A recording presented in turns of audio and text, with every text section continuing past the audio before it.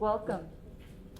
My name is TJ Hinrich, and in case you are in any doubt, you are attending the 10th annual Hoosier Distinguished Lecture, hosted by the East Asia Program and co-sponsored by the Departments of History, Asian Studies, and by the Society for the Humanities. I would like to express my gratitude to the East Asia Program Director, Jeremy Wallace, for his able leadership, and to the East Asia Program staff, Alice Ye, Amala Ling, Sydney Lin, and Shu Chen. Without their tireless attention to detail, this event would not be possible. It was the inspiration and able point running of my co-organizer Suyong Song that brought us today's speaker. I could not wish for a finer teammate. Before further introductions, I share our land acknowledgement. Cornell University is located on the traditional homelands of the Gayokono, the Cayuga Nation.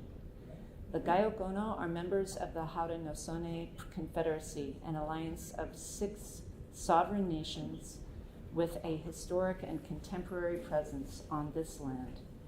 The Confederacy precedes the establishment of Cornell University, New York State, and the United States of America.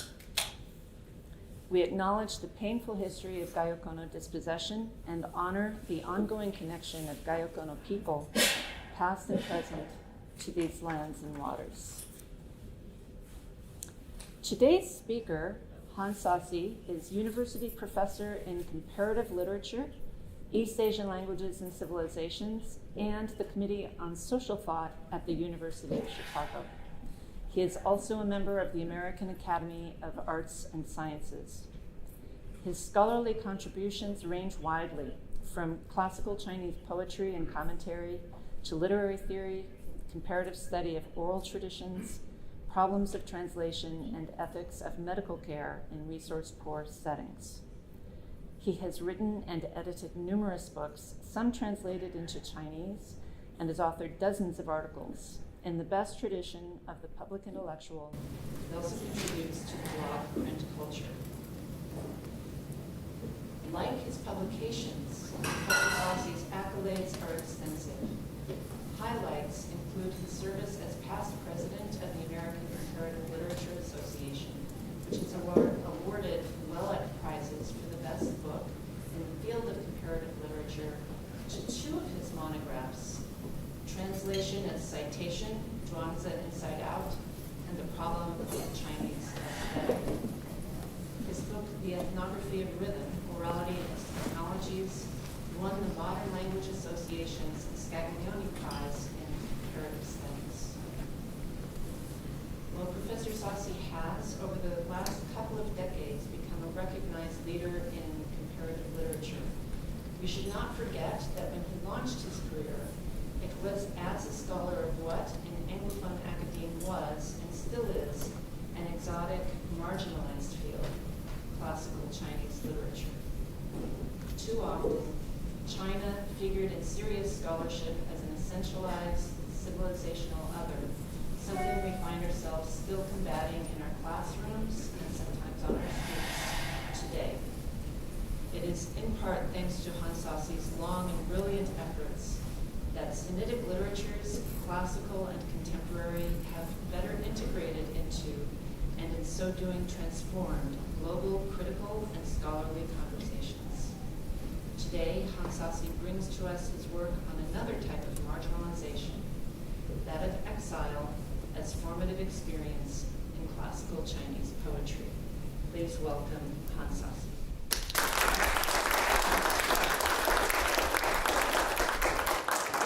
TJ, thank you for your introduction.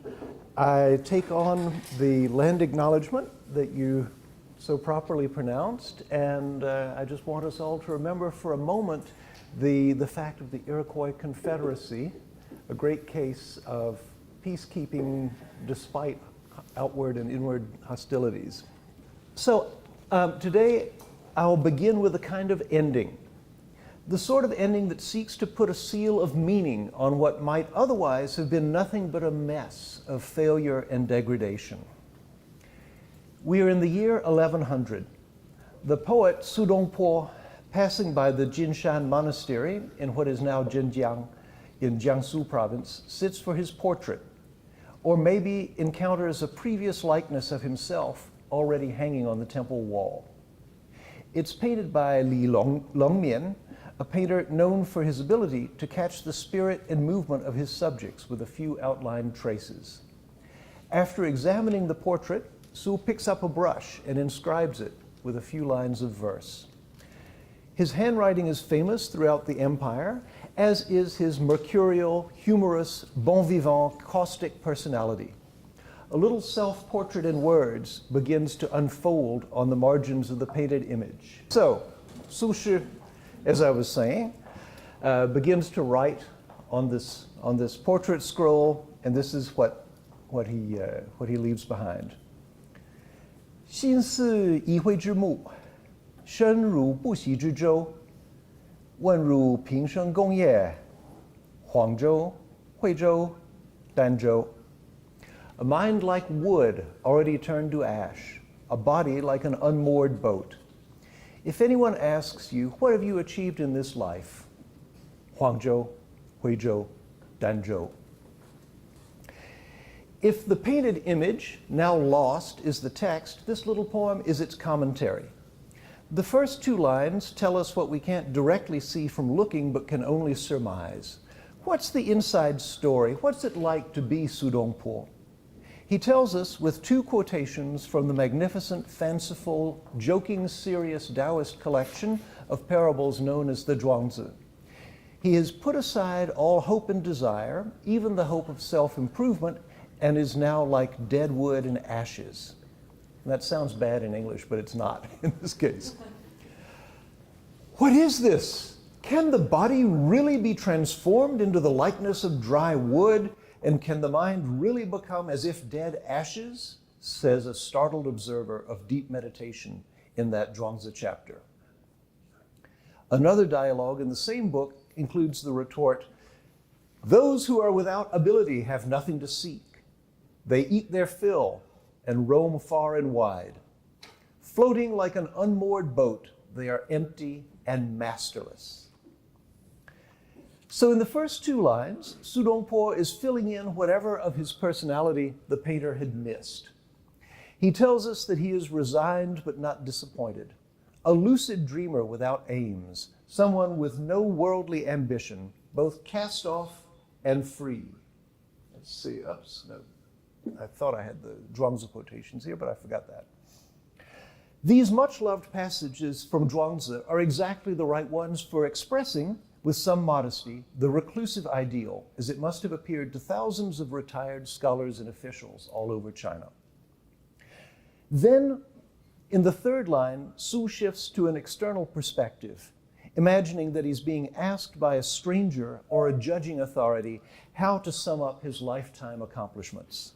The answer comes in three place names: Huangzhou, Huizhou, Zhanzhou. Su Dongpo was poet, calligrapher, painter, essayist, historian, but for most of his maturity, he was gainfully employed as an official. And in that capacity, he had more than the usual allowance of upsets. He could be sharp-tongued and impatient, and he was allied with one policy faction that was on many occasions aggressively suppressed by a rival faction. Because of his allegiances, he was demoted and banished from the capital on three main occasions. First, to Huangzhou in present-day Hubei, then to Huizhou near Guangzhou, and finally to the remote island of Hainan, where he fully expected to fall victim to the tropical diseases that were endemic there. 15 or so years of exile in all, out of his 73 years of life. A map of the northern Song state's territory gives us a graphic means of assessing Su Shi's progress in offending his enemies. He was first exiled to a small town in the middle of the country, perhaps as a warning. On the next occasion, he was exiled to the very edge of the empire, a place that denizens in the capital would have considered uncouth and barbarous. And when that warning was insufficient, he was sent to an island where the Chinese language was practically unknown. The risk of malaria was high, Vermin were apt to eat one's books during the endless rainy season, and the inhabitants were in the habit of slaughtering great numbers of cattle to propitiate the gods every time sickness or poverty threatened. Indeed, on this map, drawn to illustrate the history of the Song dynasty, Hainan Island is not even visible. That shows how eager the Wang'an faction was to remove Su Shi from every means of recovering his prior status and power. By naming his 3 places of exile as his greatest achievements, Su Shi seems to be offering a bitter assessment of his years in government, as if to say, that's all it came to. Or, and this is not the exclusive or, but rather the or that means you have this choice as well, or he is permitting himself to glory in the extremity of his punishments, as if to say, you asked for my CV, here it is. Leavenworth, Sing Sing, Alcatraz. I'm the guy they had to send all the way to Hainan. Deal with it. When everyone aspires to a CV that reads instead Harvard, Yale, Cornell, you have to be pretty bold to reference the most exclusive penitentiaries. And that is particularly the case when you are by profession and identity usually classed in the company of people who can look back with pride on a set of life stages labeled with glorious and prestigious names. In truth, Su could have named the high points of his career instead, but he didn't. And it is clear from the metrics that the quatrain was intended from the start to lead to that itinerary of hellholes. 6-syllable verse is not that common in Chinese poetry. 5-syllable or 7-syllable lines give a sharp caesura after the 2nd or 3rd syllable, imparting shape and tension to the verse. 6 syllables sound flat, centerless, and prosy. But if what you really want to say consists of 3 2-syllable place names, there's no other way. Should we turn off the sound on this one? Or? Oh, great. Thanks. That's all right. I'm just feeling haunted here. Kind of goes with my name. I take this moment to be exemplary of a certain kind of self-fashioning that was available to poets whose lives and identities were interrupted by episodes of banishment, an experience common to many and around which a special language and elusive tradition grew up. Here comes TJ the DJ. Hallelujah. You see? Thank you. We've tried everything else. Thank you. All right. So what had to occur for this mode of self-fashioning to be possible? There had to be an image, an attitude, an evaluation of behavior that rendered the unrepentant exile a speakable humankind. For the social epistemology that goes into identifying and publicizing new human types, I refer you to the late, great Ian Hacking's essay, Making Up People.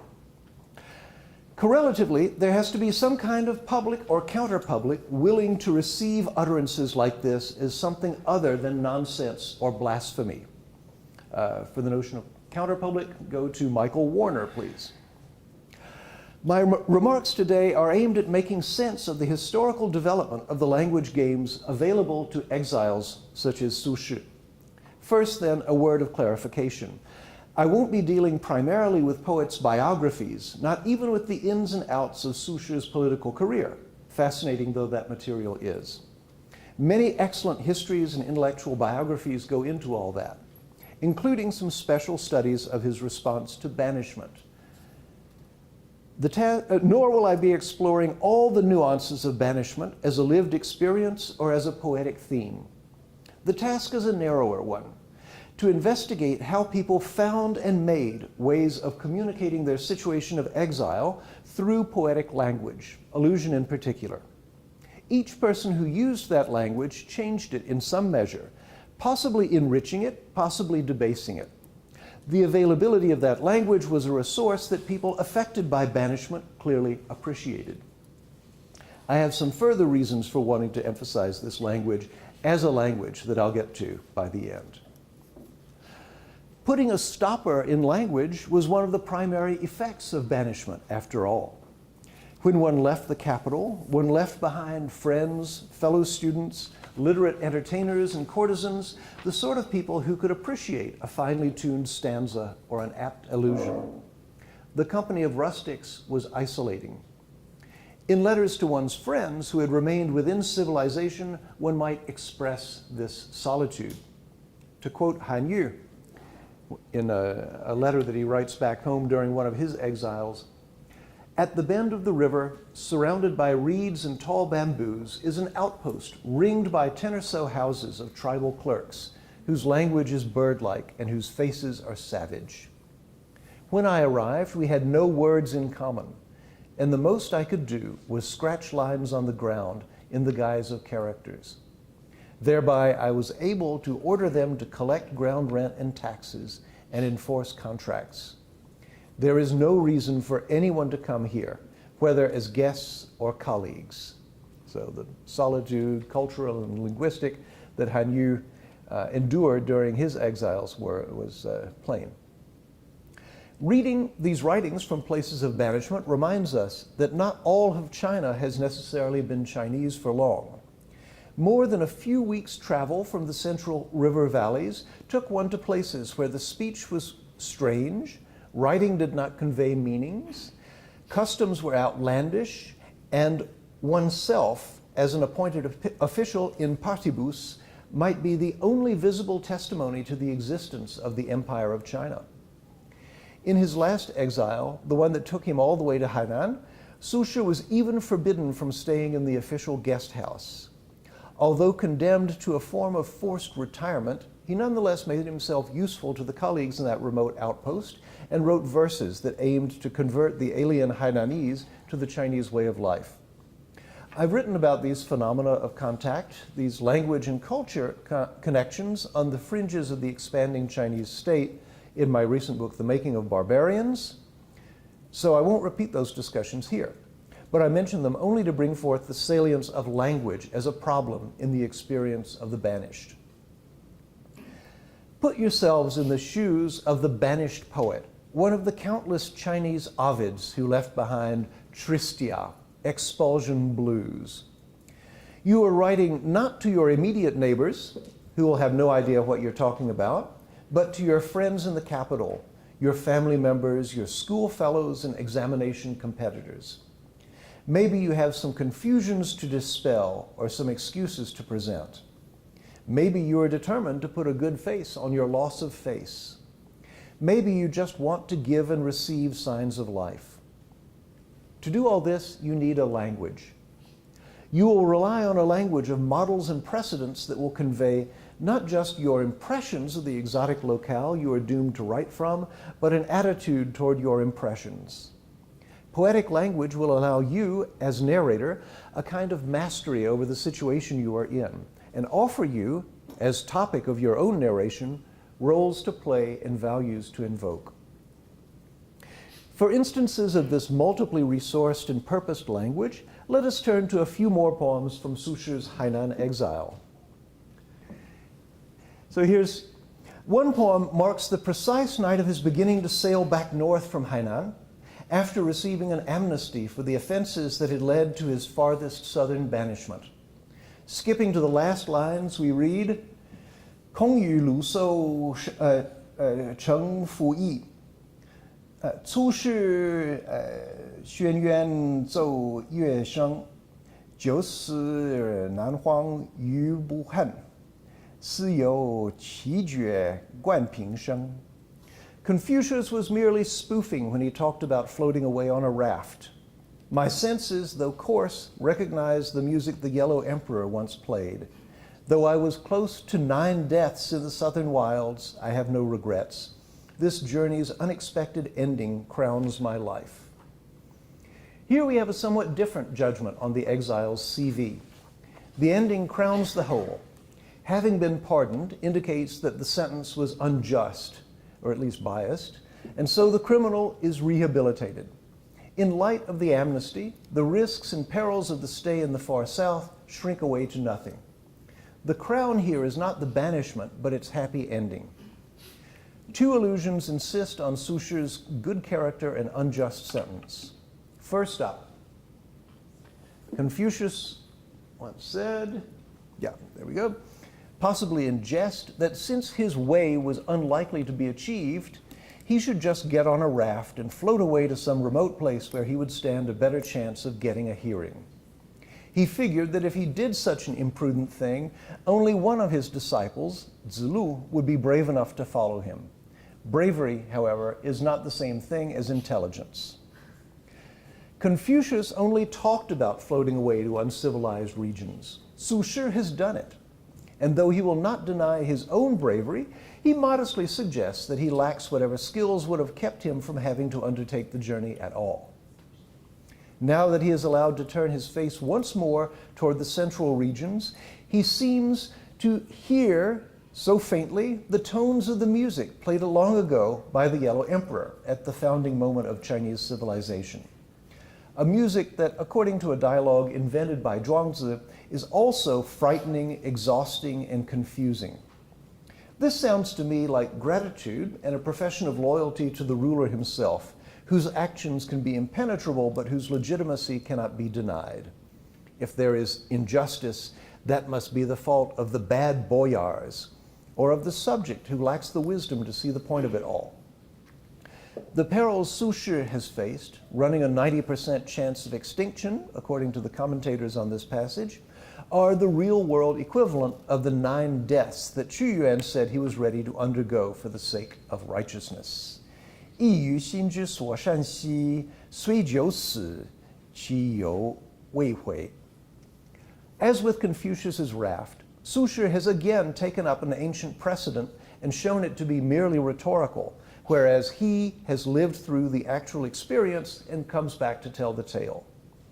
With all these allusions, we see Su Shi packaging his life story, giving it closure, as psychologists like to say, marking it as analogous to sufferings endured by geniuses and sages of the past, but even in some ways superior to those models.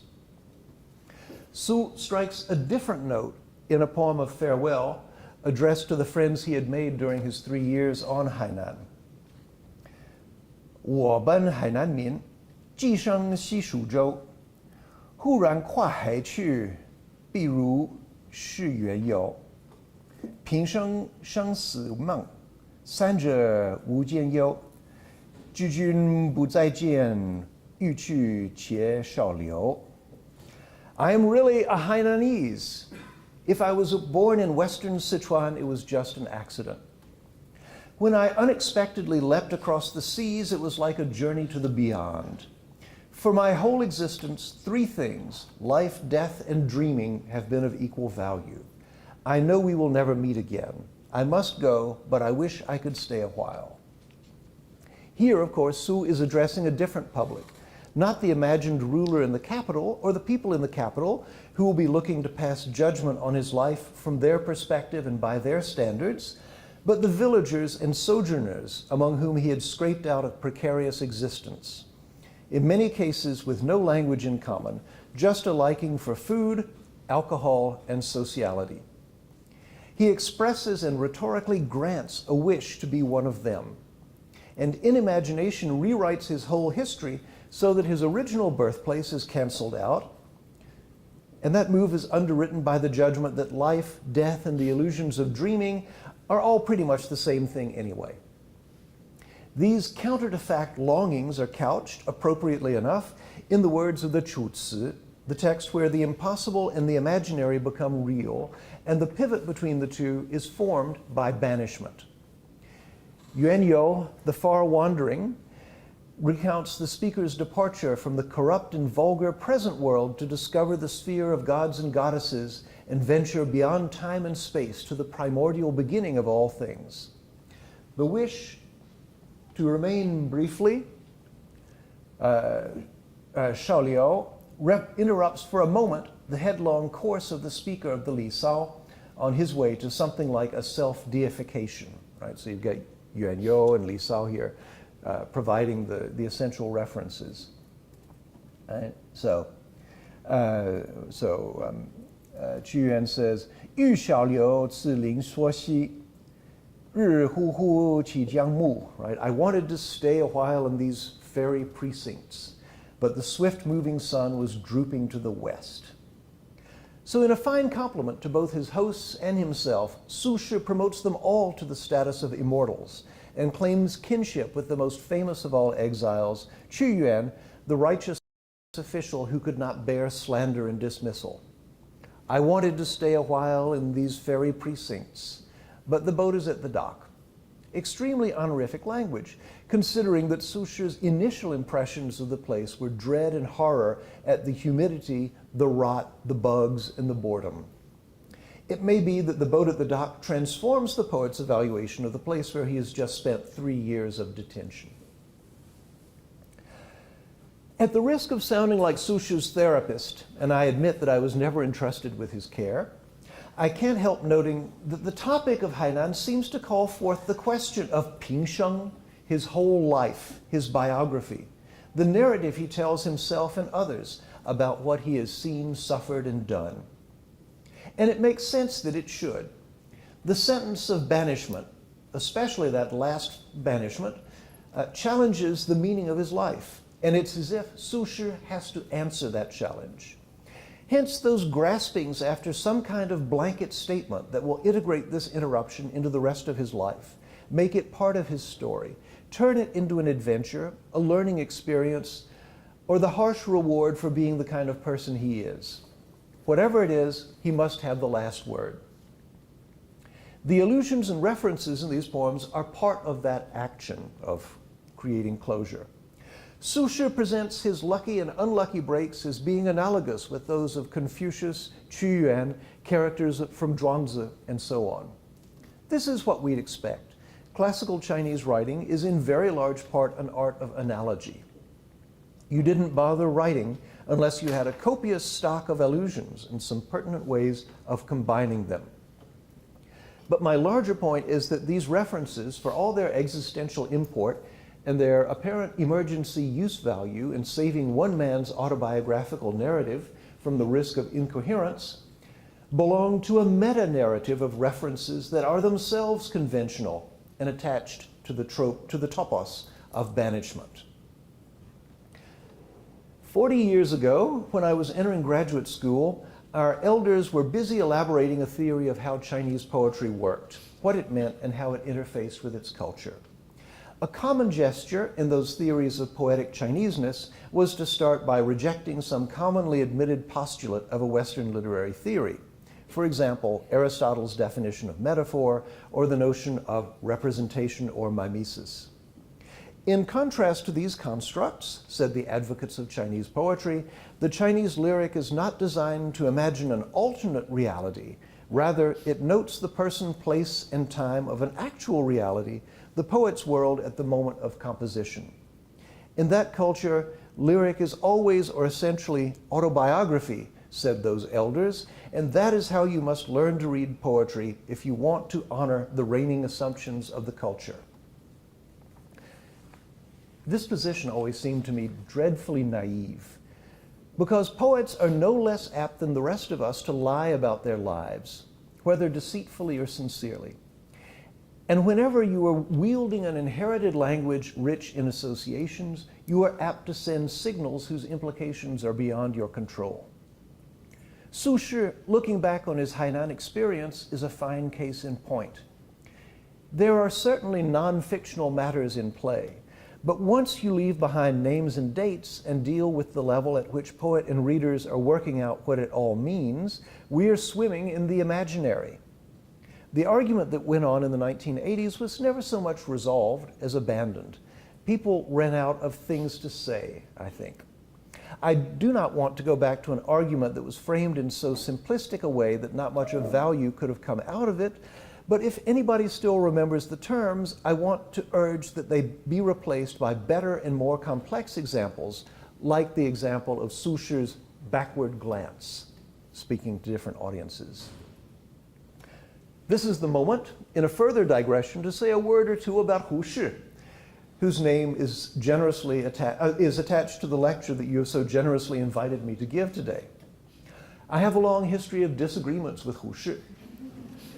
I appreciate his energy, his clarity, his learning, his vision in creating a modern Enlightenment culture in China, But so often, he and I find ourselves on opposite sides of an issue where his failing, it seems to me, is his positivism, his confidence in his ability to tell apart the real from the unreal. So, for example, in his great contribution to the study of the Hong Lo Meng, that extraordinary 18th century novel, he brings together evidence about the historical individual who wrote most of the book and unhesitatingly moves to push aside all the speculative, allegorical, tendentious, personal, interpretive writing that had come to be attached to the book in the century and a half before his own study of manuscripts and archive materials came out in 1922. The historical, physical, empirical stuff is what is real for him, and the rest is beside the point. This seems to me to discount all too deeply the massive share of imagination and fiction that goes into what we call reality. The line isn't at all clear.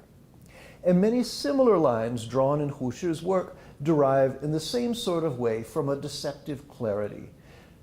The line between classical and vernacular writing has never been clear. Right? Just read through Su Shi's corpus to see many things that are undecidable in that way.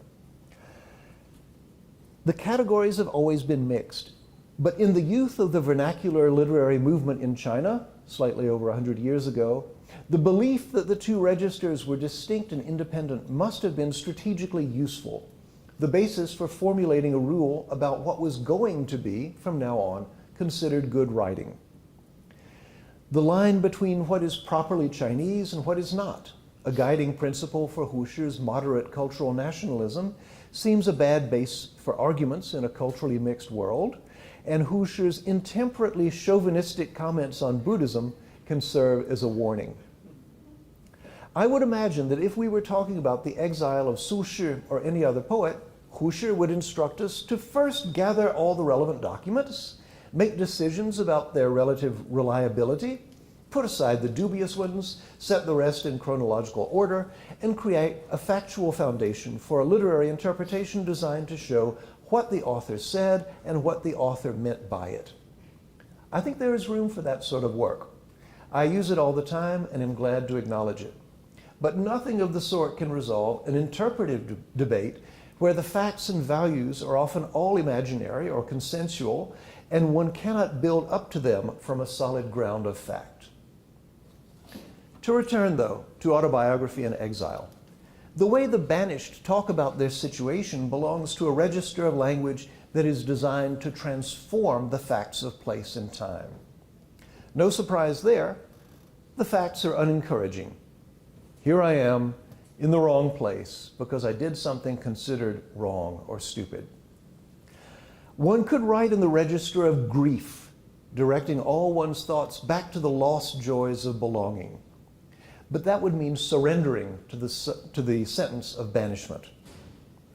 One could write in the register of cheerfulness, taking the departure as an opportunity to see and experience new things. Doing this, as we've seen, is one of the ways that Su Shi refused to accept punishment as punishment.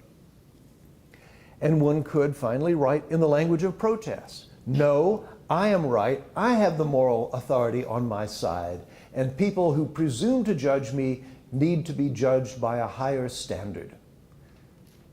This Coriolanus option, as you'll recognize, is the option of Qu Yuan and the basis of the myth of loyalty and dissent that shaped the reception of the corpus of poetry associated with his name. A book from quite some time ago by Laurence Schneider, The Madman of Chu, traced the shapes taken and values expressed by the tale of Qu Yuan. As so often happens, the historical Qu Yuan is elusive. We have biographical fragments asserting, without a strong textual basis, that the poet of the Li Sao and Tianwen was a selfless, upright official who was slandered by his colleagues and cast off by his king. After writing a great deal of allusive mythological poetry in protest against his rejection, Qu Yuan, according to some early writers, whose version was taken over without demur by Sima Qian, drowned himself in a nearby river, giving rise to annual festivals and becoming a hero and martyr of the Chinese cultural sphere. Exactly which compositions in the Qu are by Qu Yuan and how to make the poems fit in the biographical narrative are unresolved questions, and I suggest they will always be unresolved. Efforts are still being made to discover the real historical figure and define the genuine poetic corpus. I suspect that no such effort will ever be successful because the personage was mythic from the start. Incoherent, overlapping narratives, defying localization and chronology, are not failures of documentation, but intrinsic to this type of discourse. Nobody would set out to determine the true biography of the god Dionysus, for example. Myth is polymorphous and adaptable. The life of Dionysus is simply the sum of what people said and represented about the figure, whether or not it hangs together. Likewise, I think we will do better to leave behind the zone of futile positivism and acquiesce in the idea that Qu Yuan is a persona, an opportunity for speech that is given a certain direction and meaning. That possibility of discourse is open for appropriation by an indefinite number of individuals, one of them being, we may suppose, the author of the poem that has come down to us under the name Li Sao. The question to ask about a mythical or legendary persona is, what does it allow you to do? Xie Lingyun is a case in point. His dates are 385 to 433, as I'm sure you'll remember. To note quickly his thwarted career, he and his extremely wealthy and powerful family backed the wrong candidate in the civil wars that preceded the founding of the Liu Song dynasty. The first emperor of the Liu Song was suspicious of this potential rival, demoted him, and sent him to preside over the seaside town of Yongjia. Xie eventually tired of petty officialdom and retired to his estate at Shining, near Shaoxing, where he wrote most of the landscape poetry that has made his fame. After a series of recalls to court, demotions, and denunciations, he was executed on suspicion of plotting a coup. Most of Xie Lingyun's surviving poetry dates from his periods of exile.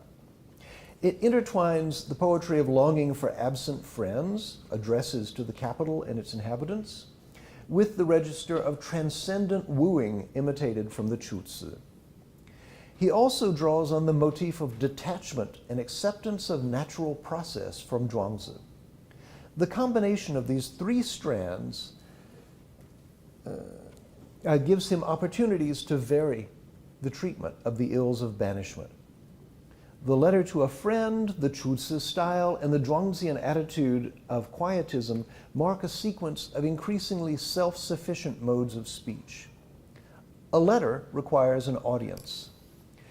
The theme of the pursuit of supernatural beings might connote moral superiority, a la Qu Yuan, but to be superior is nonetheless to be compared. The empty boat of Zhuangzian freedom needs nothing but to wander in the Tao. Francis Westbrook long ago remarked on Xie's, I quote, revitalization of the Qu Yuan dilemma, together with a rather pure brand of Zhuangzian Taoism, plus an abundant inheritance of thematic and stylistic conventions, upon the forge of Xie's erudition and extraordinary technical virtuosity. And I think Westbrook is right. I don't think I can do justice to even one poem of his tightly composed corpus here, with its extraordinarily dense textual virtuosity, so I will just point to the crystallization of this new style out of the fact of banishment. It is rather in the imitators of Xie Lingyun that we can see what could be drawn out of the hybrid language of landscape poetry, combining visual and tactile description of remote places, moral aspiration with shades of divinity, and a reconciliation with what is. Poetry that is less tightly organized lets us poke and prod and separate the elements, which makes it preferable from an analytical or historical point of view. Right? You know, the great authors are always so individual that sometimes you want to reach into the second drawer and deal with the ones that have more typicality, so as to reconstruct the context on which the really interesting authors did what they did. Let me take up Song Zhiwen of the Tang. According to the Tang Caizhi Zhuan, the records of talented people during the Tang, he was not a particularly honorable person. He curried favor with powerful people, revealed a secret murder plot, got an office as a bonus for that information, but on account of his greed for bribes, he was soon banished to Yuezhou in the far south. Because he showed no repentance, the new emperor ordered him to commit suicide. A chaotic life, with its share of conniving, humiliation, and frustration, amid which some good poems were written, mostly while the author was under banishment. Were it not for Xie Lingyun's descriptions of uncultivated nature, verse paragraphs like the following could not have been written. They strike me as unusual in their attention to scenery and movement without a required turn back to the autobiographical theme or the Chuzhi language of moral anguish. I choose a poem set in the Hunan backwoods called Traveling to Chenzhou from Changle Commandery, going upstream to White Peak. I've dropped the middle part of the poem, but you can see what's going on here. So it begins by telling you that you're dealing with a landscape that is outside of the known world. This mountain lies on the border of China and alien parts. Steep is the sky and boundless in its breadth. The grand historian missed it in his survey of the realm. What? I thought Sima Qian never missed anything. The great Yu neglected to pierce it in his labors, right, when he was mastering the waters. So, if Sima Qian and Yu the Great missed out on this place, it must almost be a mythological, impossible place. A current from the north trickles out at the south. Crowded peaks yield to hooded ravines. Speeding waves leap up like lightning flashes. Crashing stones land like thunderclaps.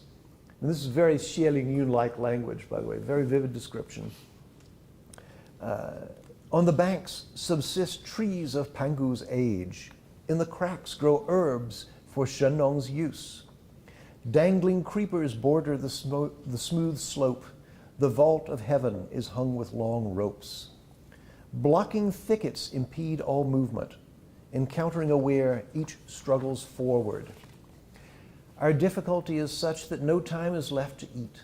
Till day's end brings darkness, no leisure to moor the boats. Poling through the rapids is cause enough for fear. Stone stairways, no reason for displeasure. We travel between mountain and water, the rapids perilous like nothing seen before. How can all this be left up to seeing and hearing? I write it down for conveyance to the capital.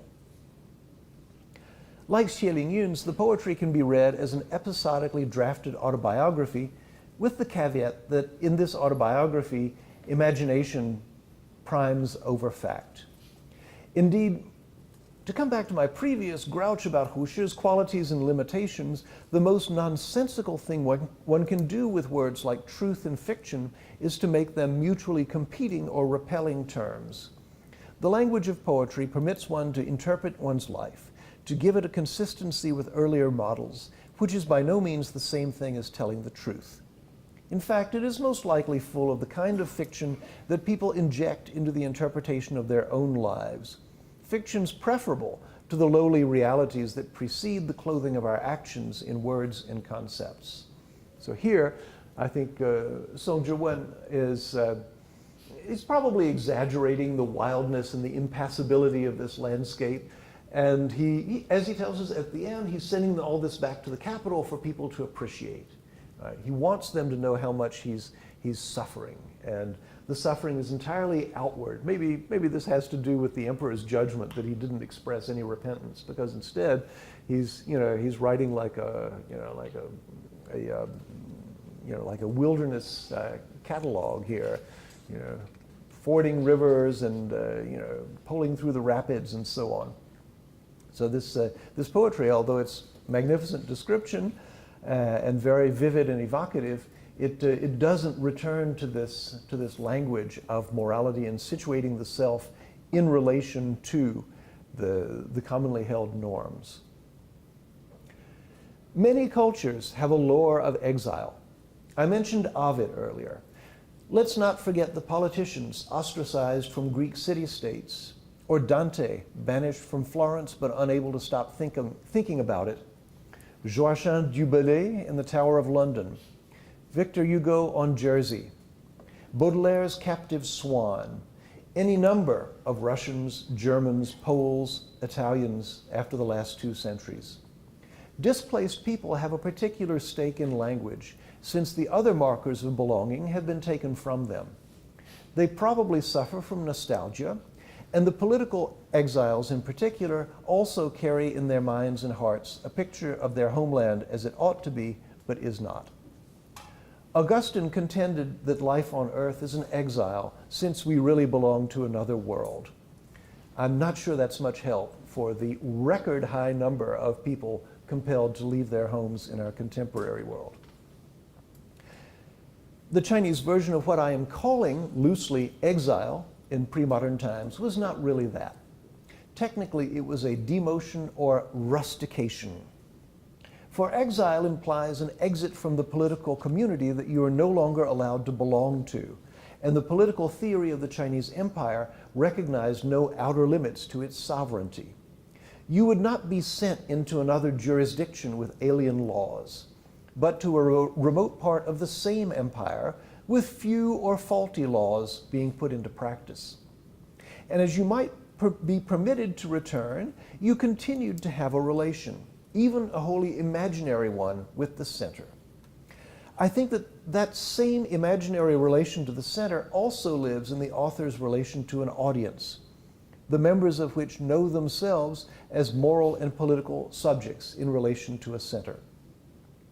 A kind of moral community is the tacit basis of this traditional discourse, a community to which speakers feel themselves responsible. You might hear that responsibility in the words attributed to Cai Wenji, who might in many ways be considered a counterexample to the cases we have been considering so far. Cai Yan, a member of an eminent and learned clan of the latter Han dynasty, was captured in the turmoil of the last years of the Han and carried away to a Xiongnu encampment, where she stayed for over 10 years and bore children before being ransomed back to Wei Dynasty China. Her exile, unlike the cases of so many demoted officials, was really an experience of living outside the realm, under different laws, and becoming in some ways morally alien to herself. Right? So this finally is real exile.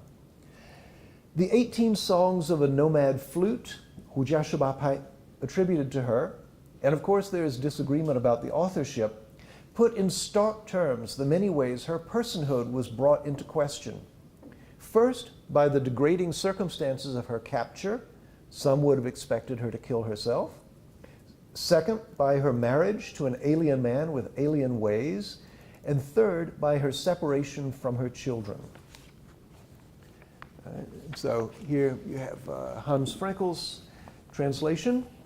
A little salute to one of my early teachers, where she says that she was captured and that went against her natural bent. Her integrity was damaged. Right? The alien customs I had to face suited me not at all. Of my encounter with evil and shame, whom shall I tell? One phrase of the reed whistle, one stanza of the zither, my heart's resentment no one knows. So I think when she says, of my encounter with evil and shame, whom shall I tell? I think that's a real question, and the poem is an attempt to answer it, but there really isn't a place where that encounter with evil and shame can land. And she says also of her biography, loss of home and violation of body is worse than never to have been born. Taken away, I longed for home, my heartstrings in disorder. Coming back, I am severed from my children. Yearn for them long, so long. The poem is self-evidently about the pain she has endured, but is also a kind of appeal to the moral community to which she has returned, for which she will always be something of a puzzle, unless she is able to reestablish herself as a person with the requisite moral and narrative continuity. And that's the problem. Her story, singular though it is, nonetheless goes on to have the function of a model, as her 18 songs become the pattern for variations in the yuefu genre. And indeed, the 18 songs we have may well be compositions written in imitation of the songs the real Cai Yan might have written. I'm not making a strictly biographical claim here at all, only that there is a set of precedent songs and a further series of songs generated in imitation of them. The possibility of a female exile raises different questions in many areas, not least in that of the sorts of authorial claim over one's life that we saw Su Shi making.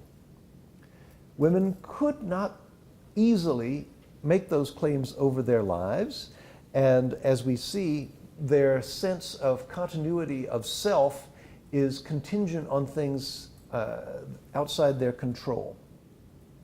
Unable to decide for herself in many respects, Cai Yan nonetheless can and must stake a claim to the respect and sympathy of others, though she does so from a far more slender base of effective personhood. I'm even thinking of some of the most tragic characters in Greek tragedy, right, like Agave, or Hercules after he's just killed his family, right? People who have done impossibly horrible things and yet ask for acceptance by the community that would otherwise just reject them totally. In the company of examples I've been drawing together today, Cai Yan is, to my mind, the one real exile, the one whose divided life carries no promise of reconciliation. Banishment is a personal crisis that requires language, best of all poetic language, to patch it up and make it look good. Some ways of doing that lead poets into new uses of vocabulary, syntax, allusion, and sequence, even new hierarchies of value. Some of them open abysses that are never bridged over. Whatever happens, in the poetic system of traditional China, a formula that had once met with success became part of the repertoire of future poets who might well find they needed it. So, the history of banishment in Chinese poetry is a cumulative history of devices. Thank you for listening, and I look forward to your questions.